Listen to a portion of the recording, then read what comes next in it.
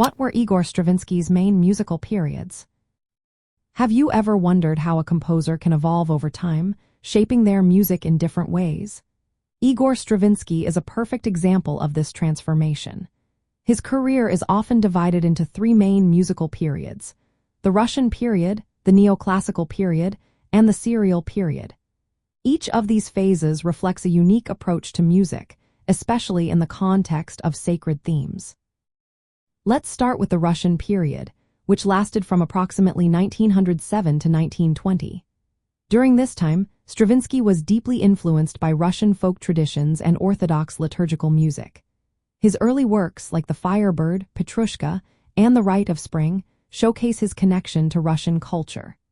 The Rite of Spring, in particular, is famous for its primal rhythms and ritualistic character. It evokes ancient rites and connects listeners to nature's cycles.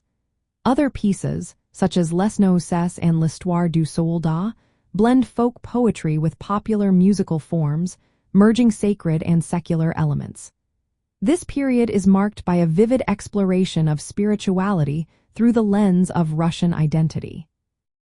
Next, we move to the Neoclassical period, which spanned from approximately 1920 to 1951. In this phase, Stravinsky looked back at earlier Western classical music for inspiration. He focused on clarity, balance, and formal structures, drawing from the Baroque and Classical eras. He used traditional forms like sonata and concerto grosso but infused them with modern harmonic language. Works such as Apollon Musagit, Oedipus Rex, and Persephone reflected mythological and often sacred themes. This period allowed Stravinsky to reinterpret sacred music traditions with a contemporary voice, highlighting ritualistic and ceremonial aspects. Finally, we arrive at the serial period, which lasted from approximately 1954 to 1968. In this later phase, Stravinsky adopted 12-tone serial techniques, a method developed by Arnold Schoenberg. This approach organizes pitches in a fixed sequence. Notable works from this period include In Memoriam Dylan Thomas, Canticum Sacrum, and Requiem Canticles.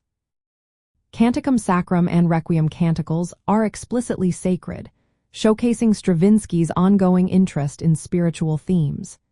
Even with the strict structure of tone rows, he maintained his earlier rhythmic complexity and expressive intensity. Stravinsky's journey through these musical periods reflects different modes of expressing spirituality.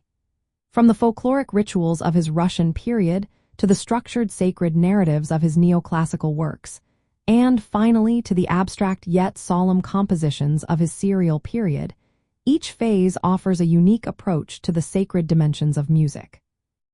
His body of work serves as a rich resource for understanding how spirituality can be conveyed through evolving musical languages.